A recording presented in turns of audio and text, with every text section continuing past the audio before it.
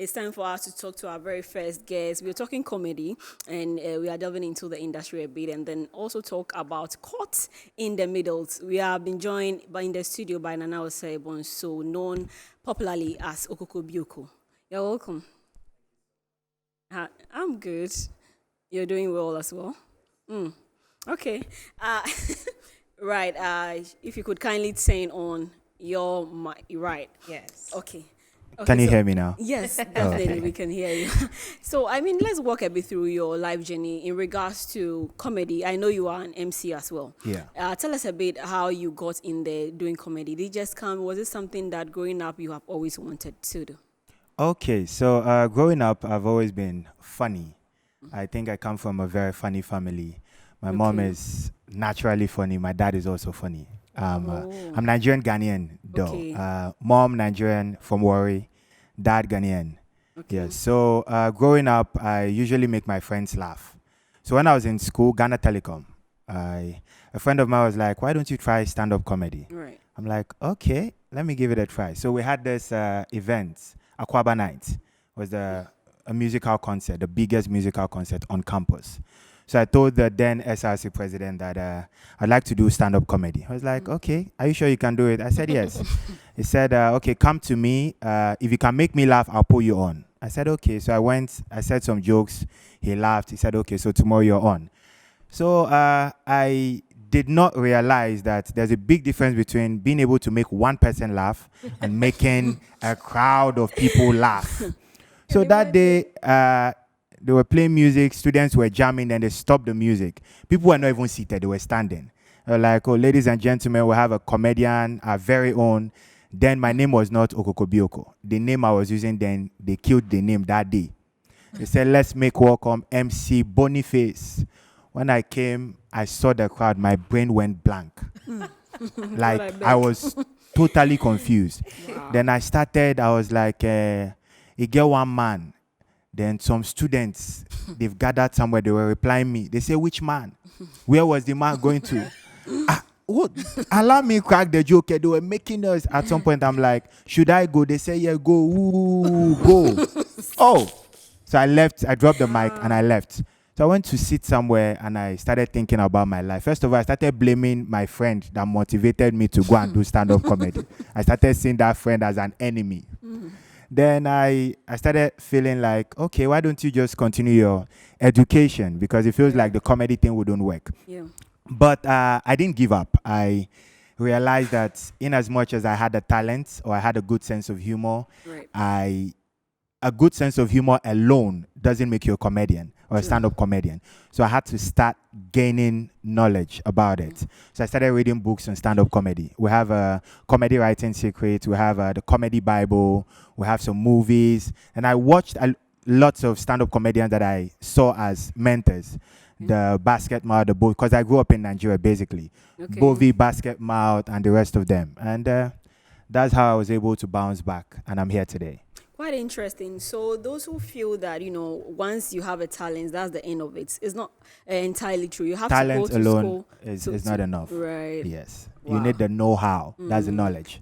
That's knowledge. Okay. But along the line, I mean, you've won some awards as well. You won the best comedian on one night. Tell us about it. How did that even come about? Okay, so that was a Copo Awards, I think 2021. Right. It was COVID period. Okay. So then I was mostly emceeing. Then when COVID came, events weren't coming anymore. Okay. So I decided to switch into skit making because I realized I could write scripts and I could act very well too. So I did my first skit, I think, with comedian Wirus, Okay. and it was all over. On Facebook, it had over 10 million views. On TikTok, boom, it was everywhere. I'm like, okay, I can do this. I did another one. I think Jackie Appiah used the voice on TikTok, Okay. where I met my previous classmate that wasn't doing well in life, and I was driving a car. And I looked at him, I said, "See you, those days, when we want to copy you, you'll be covering your book. Now, can you cover your poverty?" So God, that I particular voice trended everywhere on TikTok. And before you know, I started having massive following on TikTok. Yeah, so I did a lot that year. Like I was doing dropping skits back to back. I did one with Jeffrey Nerte. I did another one with Kobe Che. Like so, I was all over as a comedian then. So when the award came, it wasn't surprising to me because basically I had given up on awards because I felt like most of the awards are given to the people that put in more money into the vote because it's mostly about bulk voting. Right. So when they sent me the flyer that you've been nominated, I just posted and said, "Oh, thanks for the nomination." I didn't really worry anybody. Vote for me, vote for me. Yeah. I attended just so that it doesn't feel like I feel proud or something. But I wasn't hoping to get the award. But when they mentioned my name, I felt like, okay, the award, they know what they are doing because if they had given it to any other person that year, like it wouldn't just make sense because I worked so hard for it. Yeah. Wow, it wasn't based on votes. Not right? at all. Oh. They just, even if they vote, if another person votes, they will still give it to me because I was everywhere. Like my videos, 10 million, 20 million, like Yeah. everywhere. Everywhere. Videos were entering like Tunde Nuts, Yaba left. Every blogger was posting. Wow. Everybody was posting. And it helped like grow my followings too. I think on Facebook now I have over 900,000 followers. Oh. TikTok a over lot. 700,000 followers. Wow. Instagram over 140,000 followers. Okay, so you said you grew up in Nigeria. Yeah. So why are you in Ghana? Okay, my dad is Ghanaian. Yes. My mom is You Nigerian. mentioned, I was yeah. born in Nigeria. I grew up there. So at some point, because my dad came over to Nigeria, fell in love and got married and gave birth to about 5 kids. And we didn't know where he came from. Yes. Wow. My mom didn't even know his family members. Wow. And she had given birth to 5 kids for him. So my mom risky. kept saying, "When are we going to see your parents? Are you sure I'm not married to a ghost?" Because my dad kept saying, "Oh, we will go, we will go, we will go." So one day my dad was like, my dad came back from Ghana because he travels, Ghana, Nigeria. So he came back from Ghana. My mom had already packed our things. Immediately he came, my mom was like, "Tomorrow morning, we are going to Ghana to see your parents." That's how it happened. So we came over, I saw my grandparents. They were very excited. Then I just finished secondary school. I was to go to the university. You know the Nigerian educational system, when you're to go to the university, you have to write 3 different exams. You write the WASI, you write the JAM, and the post-UME. Okay. If you fail the JAM expires in 1 year. You have to come back, write JAM again before you write post-UME. Wow. So when I came here, I realized you just have to write WASI. Yeah, done. Then you are done. I'm like, okay, why should I go to Nigeria and write Right. 1, 2, 3? Smart But choice. I didn't know that the WASI here is different from the WASI there. Because when I was in Nigeria, sincerely, I wasn't learning. Because in Nigeria, okay, not everywhere. Where I grew up, over there we practice malpractice. I'm telling Like, you. are you saying this as a joke? Or No, it's like not a you're joke. serious? Like when I came to Ghana that I realized that you have to learn to pass an exam. Yes. Because here, even if you want to get an APO, you get it before the day of the paper, right? Yes. In Nigeria, before the day of the paper, we sleep. Wow. Because we will know we'll get it on the day. When you come, there's something they call it special center. You pay as low as 5 cedis to register for special center. They write your name.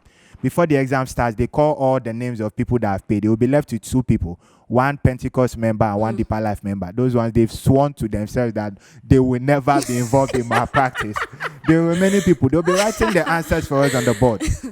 So the invigilators, I'm sure they don't mark our papers because they know what we do. So they'll just look at everybody, give C. So when I came here, I did the NOVDEC. I actually wrote NOVDEC 3 times. Okay. Because I did it the first time. My granddad was like, it was 3 months to the exams. So I should divide the 8 subjects into 2 and take 4. So I did the first 4. I had C. He was like, nah, you can't go anywhere with good, these yeah. C's. So you have to take it again. Then I think the exam experience made me realize that I have to sit up. Because inter-science, in Nigeria, if you're an art student, you don't do inter-science. The whole physics, chemistry thing. No, you just do only biology. Wow. So in my head, I'm like, this one day I'm going to copy. So I wrote, so what I do is I predict questions that might come. And I Okay. write the answers on a piece of paper and I kept them inside during the exam, when I brought one of the paper out, the lady beside me was shaking.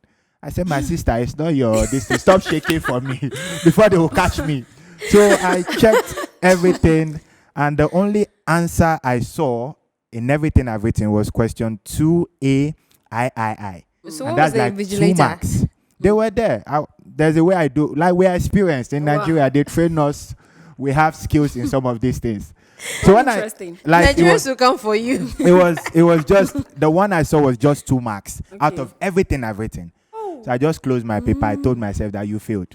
I submitted and I came out. I told my dad that okay, I think I'm ready to learn. So I got a private teacher for maths and interscience. I started learning, and trust me, the next one I wrote, it was fire.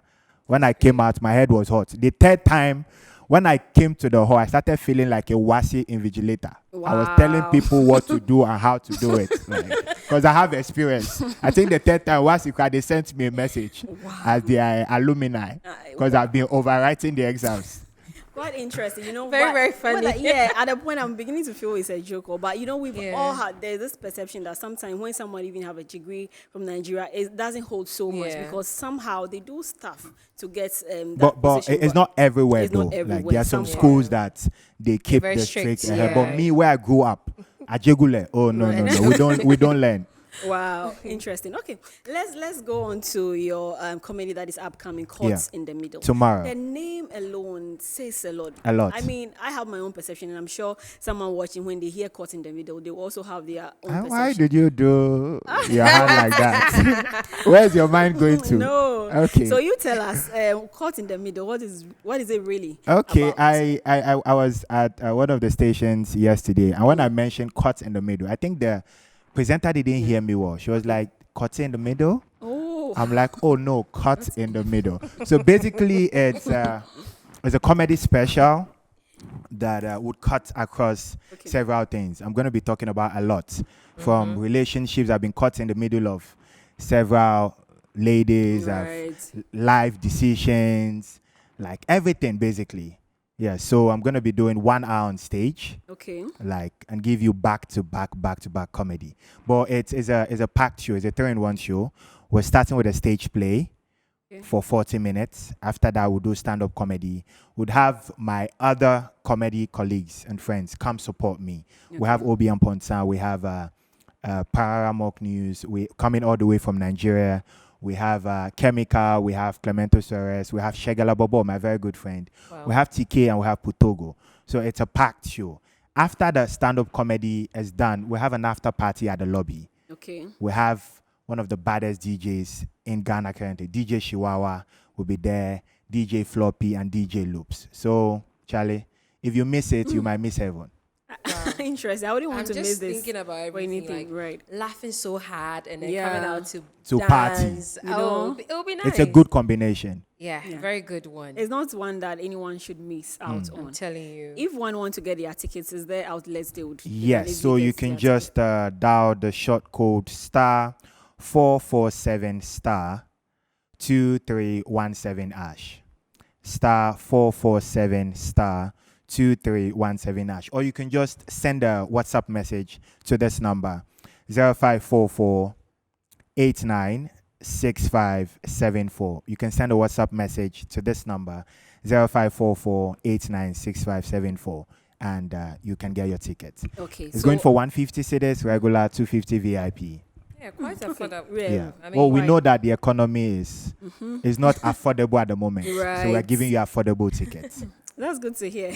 Yeah. Okokobioko, it's been Yes. exciting having you Same on here. here. We can't wait for tomorrow to come and have fun on the night. Thank you. What time again? What 7 time? p.m. 7. sharp. 7. No Okay. African time, no Ghanaian man time. All I'll right. be there. Yeah. Thank you very much for coming. Thank you too for having Right. me.